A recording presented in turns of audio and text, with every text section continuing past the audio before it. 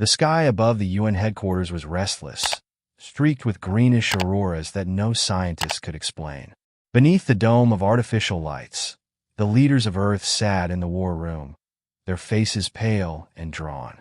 A hologram hovered in the center of the table, spinning slowly, a metallic cube, engraved with alien symbols that shifted and shimmered as if alive. "This isn't one of ours," said General Arlencroft, his gravelly voice cutting through the uneasy silence. Dr. Maria Callan, a quantum linguist, leaned forward, her fingers trembling as she tapped the hologram. "It's an invitation," she said, her voice barely above a whisper. The president of the Earth Coalition, Magnus Valtor, frowned. An invitation to what? Before Maria could answer, the room went dark. The hologram flickered, then stabilized, projecting a figure. It was a humanoid. Its body was an ever-shifting cascade of liquid metal, its voice a symphony of tones that somehow coalesced into words. "People of Earth," it said, the words ringing directly in their minds. "You are cordially invited to the Galactic Auction. Bring your most valuable possession. Fail to attend, and your species will be forfeited." The projection vanished. The room erupted into chaos. Magnus slammed his fist on the table. "What the hell does forfeited mean?" Dr. Callan's face was ashen. In galactic diplomacy, forfeiture typically means annihilation. "They're not giving us a choice." General Croft growled. "This is a trap. We don't even know what they want from us." Magnus leaned forward, his gaze hard. "We'll attend, but we're not going empty-handed." "Attend?" Croft barked. "You're gambling with humanity's future, Magnus." "I'm protecting it," Magnus snapped. "If we refuse, it's war. If we accept, we buy time." He looked at Maria. "Doctor, can you decipher their symbols? We need every scrap of information before we step into this auction." Maria hesitated, then nodded. "I'll try. But if this is anything like other alien cultures we've studied, their value system will be incomprehensible to us."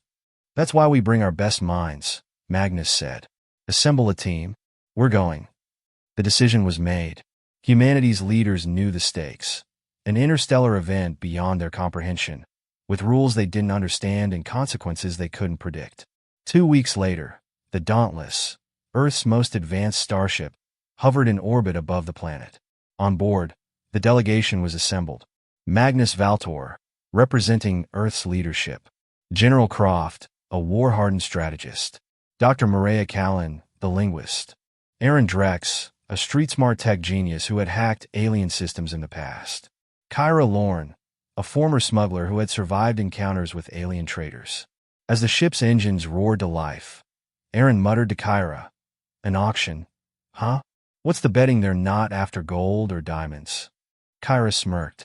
"If they're hosting an interstellar auction, it's not because they're short on shiny rocks. They'll want something we don't even realize we have." Magnus interrupted, his tone cold. "Whatever they want, we don't give it up without a fight." The Dauntless jumped into hyperspace, following the coordinates embedded in the invitation. Hours later, they emerged into a vast region of space, lit by the eerie glow of a dying star.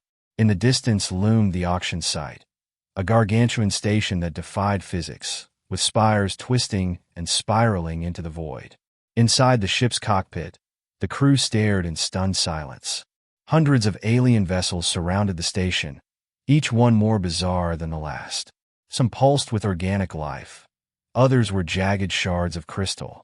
A massive Leviathan-shaped ship swam through the void like a living creature. Kyra whistled. "Welcome to the freak show." A voice crackled over the comms, alien yet decipherable. "Earth delegation, you are cleared to dock. Prepare for inspection." The tension in the room was palpable as the Dauntless approached the station. The docking bay was a chaotic marketplace of alien species, each one flaunting wares that glowed, floated, or defied reason.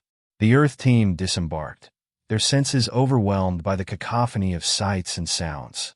Magnus clenched his jaw. "Stay together. No one strays." A towering alien with 6 arms and skin like molten glass approached them. Its voice resonated in their skulls. "Welcome, Earthlings. You are expected in the Hall of Bids." "Lead the way," Magnus said, his tone steely. As they followed their guide, Aaron whispered to Mireia. Anyone else feeling like a lamb in a wolf's den? Mireia glanced at him, her expression grim. Try a rabbit in a den of black holes. They entered a grand chamber, circular and impossibly vast. Delegates from hundreds of species filled the room, their forms ranging from gaseous clouds to insectoid swarms. In the center stood the auctioneer, an entity so blindingly radiant that it hurt to look directly at it. Its voice echoed like thunder. Welcome, bidders. The auction begins now. Present your offerings. Magnus stepped forward, his heart pounding. And if we refuse? The auctioneer's glow dimmed, revealing a cold, skeletal frame beneath. Its voice turned sharp. Then humanity will be deemed unnecessary. The chamber fell silent. The Earth delegation realized they were out of their depth, surrounded by species far older and more powerful. But they weren't giving up. Magnus squared his shoulders. We came prepared. Let's see if the galaxy knows the value of humanity's ingenuity. The auctioneer gestured, and a massive holographic display filled the room, showcasing the first item for bidding. Mireia's breath caught in her throat. Oh no, she whispered. The first item wasn't material. It was Earth's cultural identity.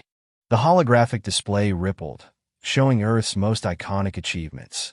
Cave paintings from millennia past, Beethoven's symphonies, Shakespeare's plays, the towering marvels of ancient architecture, and even images of humanity's struggle against nature, war, and itself.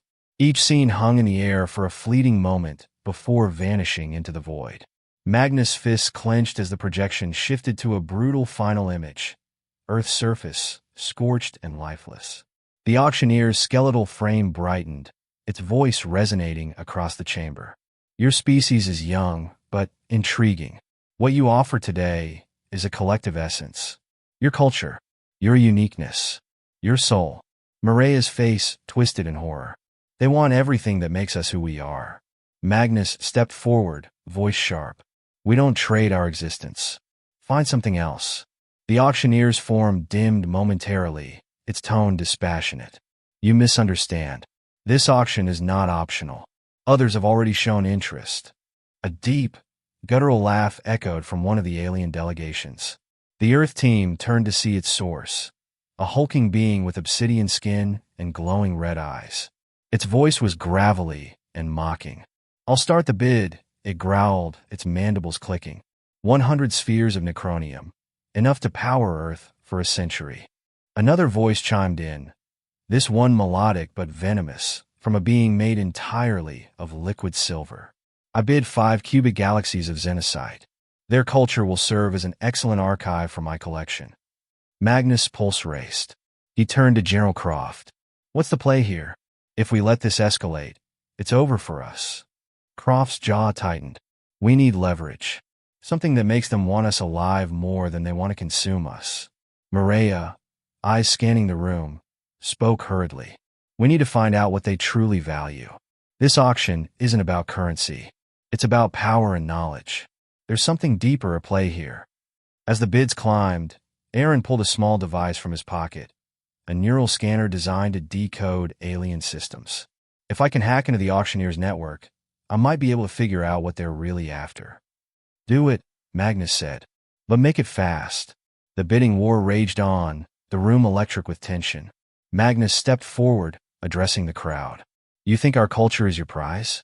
You think you can strip humanity of everything it's built and turn us into a footnote in your galactic history?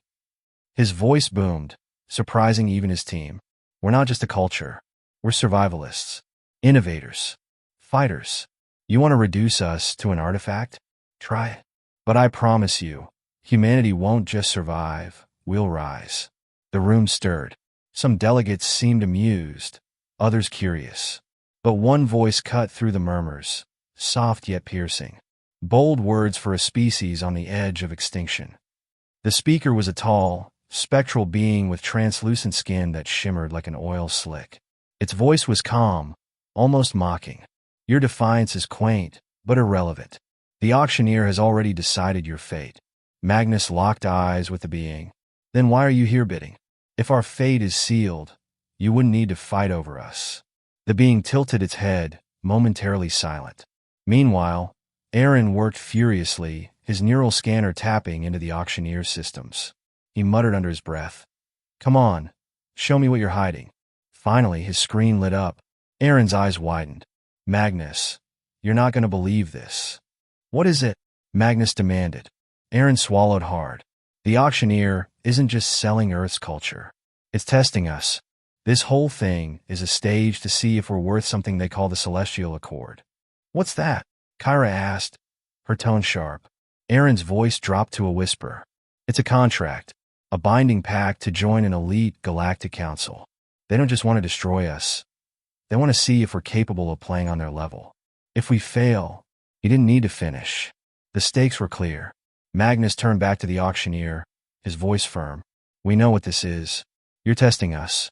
And if it's a test, then we'll prove ourselves, not through what we sell, but through what we protect." The auctioneer's light flared. "Interesting. But words alone will not suffice. What will you offer to show your worth?" Magnus paused, his mind racing. Humanity had little to offer that could compare to the wealth of the galaxy. But then an idea struck him, one that terrified him as much as it gave him hope. He looked at his team. "I need you to trust me." Kyra raised an eyebrow. "That's not exactly comforting." Magnus stepped forward, addressing the entire chamber. "We offer the one thing no other species here can: human ingenuity." The room erupted into whispers and laughter. The obsidian-skinned bidder snarled. "Empty words. What does that even mean?" Magnus held his ground. "Give us one opportunity to demonstrate our value. A single challenge, of your choosing. If we fail, Earth is yours to do with as you please.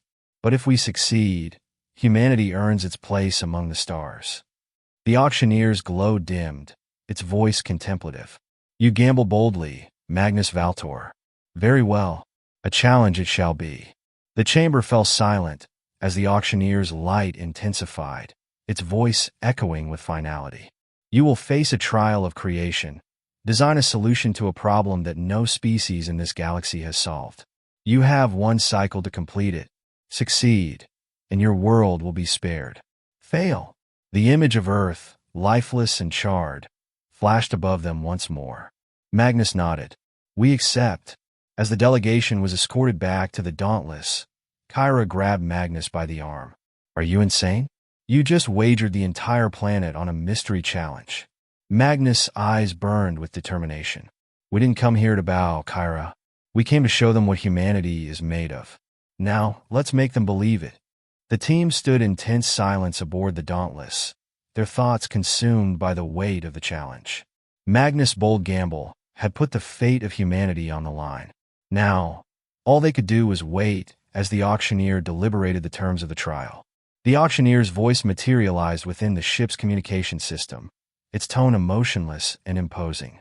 "Your challenge is as follows. Solve the Sorth paradox." Magnus frowned, turning to Aaron. "What's the Sorth paradox?" Aaron paled. It's a galactic nightmare. The Sorth paradox is a problem that's confounded the greatest minds in the galaxy for millennia. No species has ever solved it." Kyra folded her arms, her voice laced with sarcasm. "Great.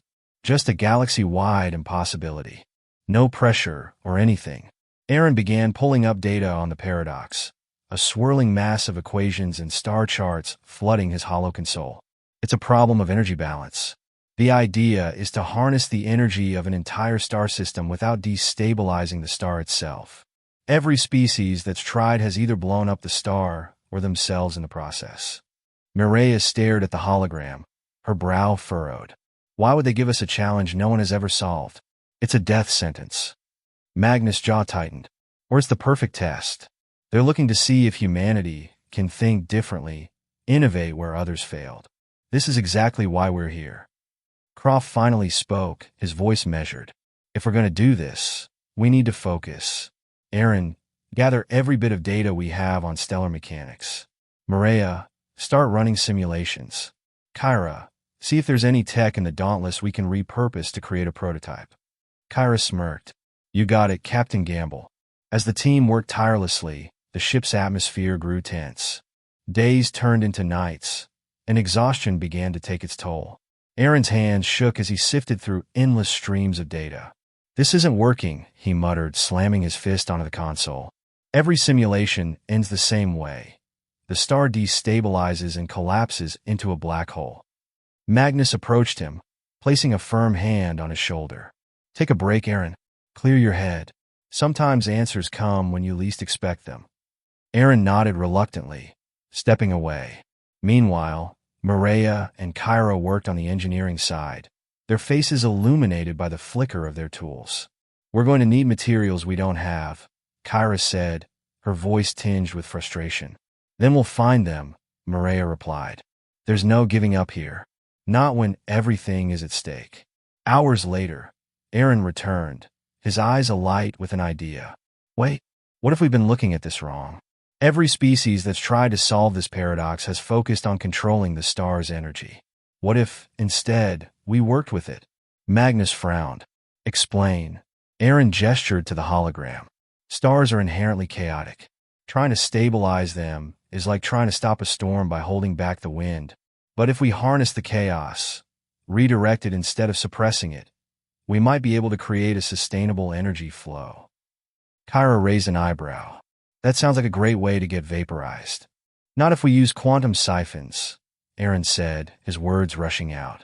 If we place them at key points in the star's magnetic field, we can channel its energy without disrupting its natural balance. Maria's eyes lit up. That could actually work, but we'd need precision on a level we've never attempted before. Croft stepped forward. And time is running out. The auctioneer gave us one cycle. We're down to our last quarter. Magnus nodded. Then we move fast. Aaron, refine the design. Maria, Kyra, start building the siphons. Croft, prepare the ship for deployment. If we're going to pull this off, it's going to take everything we've got. As the deadline loomed, the Dauntless approached a nearby star selected for the test. The team worked in silence, their focus unbreakable. The quantum siphons were deployed, each one a gleaming marvel of human ingenuity. Final adjustments complete, Maria reported. Coordinates locked, Croft added. Magnus stared at the star, its fiery surface roiling with unpredictable energy. All right, let's show them what humanity can do. The siphons activated, their sleek forms glowing as they latched onto the star's magnetic field. For a moment, nothing happened. Then, the star began to stabilize, its chaotic energy flowing into the siphons in perfect harmony. It's working, Aaron breathed, disbelief in his voice. But just as hope began to rise, alarms blared across the ship. Energy output is spiking, Maria shouted. The siphons can't handle the load. Shut them down, Magnus ordered. We can't, Kyra said, her voice grim. If we shut them down now, the star will destabilize completely. Magnus' mind raced. Then we reinforce them, divert power from the ship's systems to stabilize the siphons. Croft hesitated. That could leave us stranded. Magnus met his gaze. Better us than Earth.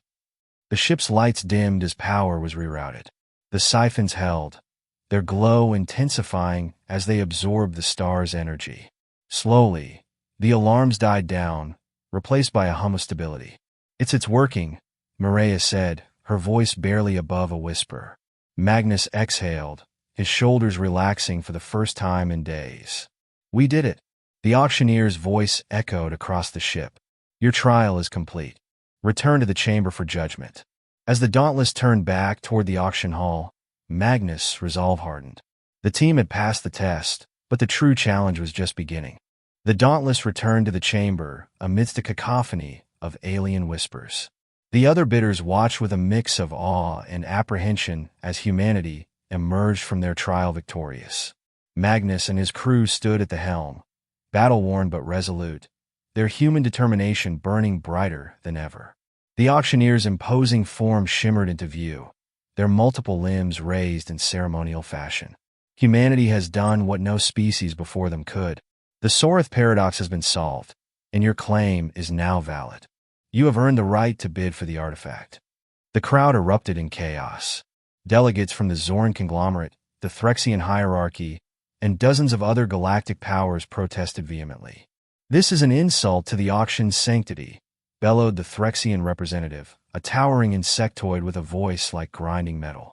An untested species cannot wield such power, snarled the Zoran delegate, his crystalline body refracting light with every furious gesture. The auctioneer raised a hand, silencing the room. The rules are absolute. The artifact shall go to the highest bidder. Humanity may now present their offer. Magnus exchanged a look with his crew. The artifact was within their grasp, but they had one final obstacle: the auction itself. The bidding began. The Zorans offered a planetary core rich in exonium, a material critical to advanced starship production. The Threxians countered with a fleet of warships, enough to subjugate an entire quadrant. When it was humanity's turn, the room fell silent. Magnus stepped forward, his voice steady but laced with conviction. We offer what no one else here can: innovation. What we've proven today is that humanity has the capacity to solve problems that others deem impossible. We offer a partnership, an alliance, with any species willing to share knowledge and resources. Together, we can achieve what no single species could. The room erupted again, this time with laughter and derision. Arrogance, sneered a Threxian. What use is a fledgling species' promise? Magnus held his ground. You mock us now, but consider this. The Sorath paradox has stood unsolved for millennia. You all failed, and we succeeded. Imagine what humanity could achieve if given access to the galaxy's collective knowledge. Together, we could unlock the secrets of the universe. The room quieted. Even the auctioneer seemed to pause, their many eyes focusing on Magnus. The final bid came from the Zyrellans, a telepathic species known for their enigmatic nature. Their leader, a being of shifting light, spoke directly into the minds of everyone present. We offer the null sphere. The voice echoed, causing ripples of shock through the crowd. The null sphere was a device of unfathomable power, capable of erasing entire systems from existence. It was a bid so extreme it bordered on lunacy. Magnus' heart sank. Humanity had nothing that could match such an offer. He turned to his crew, searching for answers. We can't let them have the artifact, Maria whispered. If they get it, they'll use it to consolidate their power, and we'll be next on their list. Kyra's hands clenched into fists. So, what do? We can't outbid a weapon of mass destruction. Aaron spoke up, his voice steady despite the chaos. We don't have to outbid them. We just have to outsmart them. Magnus' eyes narrowed. What are you thinking? Aaron gestured subtly to the auctioneer. They've been watching us closely. I think they're more interested in what humanity represents than any material offer. Play to that. Magnus stepped forward again, his voice cutting through the murmurs. Auctioneer, I challenge the validity of the null sphere bid. The room gasped. The auctioneer tilted their head, intrigued. Explain. Magnus held up a hand, ticking off his points. The null sphere is a weapon, not a contribution to the galaxy. Its very existence threatens the balance of power among species. If this auction is about progress, then a bid that sows destruction cannot be valid. Humanity offers hope. We solve the Sorath paradox, not for power, but for survival, and to prove that cooperation can achieve the impossible. The auctioneer regarded him silently, the weight of their judgment hanging in the air. Finally, they spoke. Humanity's argument is compelling. The auction is not merely a transaction. It is a test of worthiness. The artifact is a relic of creation, meant to inspire unity and advancement, not destruction. They turned to the Zyrellans. Your bid is rejected. Magnus suppressed a sigh of relief as the room erupted into chaos once more. The auctioneer raised their hand, their voice cutting through the noise. By the rules of the auction, the artifact is awarded to humanity. The artifact was presented to the crew of the Dauntless, its surface glowing with a soft, otherworldly light. As they prepared to depart, the auctioneer spoke one last time. Humanity has proven itself worthy, but know this. Your journey is just beginning. The artifact is not a gift. It is a responsibility. Use it wisely, for it holds the power to reshape your destiny. Magnus nodded, the weight of their words sinking in. We won't let you down. As the Dauntless left the chamber, the crew gathered around the artifact, its mysteries yet to be unraveled. What do you think it does? Kyra asked. Magnus stared at the artifact, a mixture of awe and determination in his eyes. Whatever it is, it's going to change everything. For better or worse, humanity's future starts here.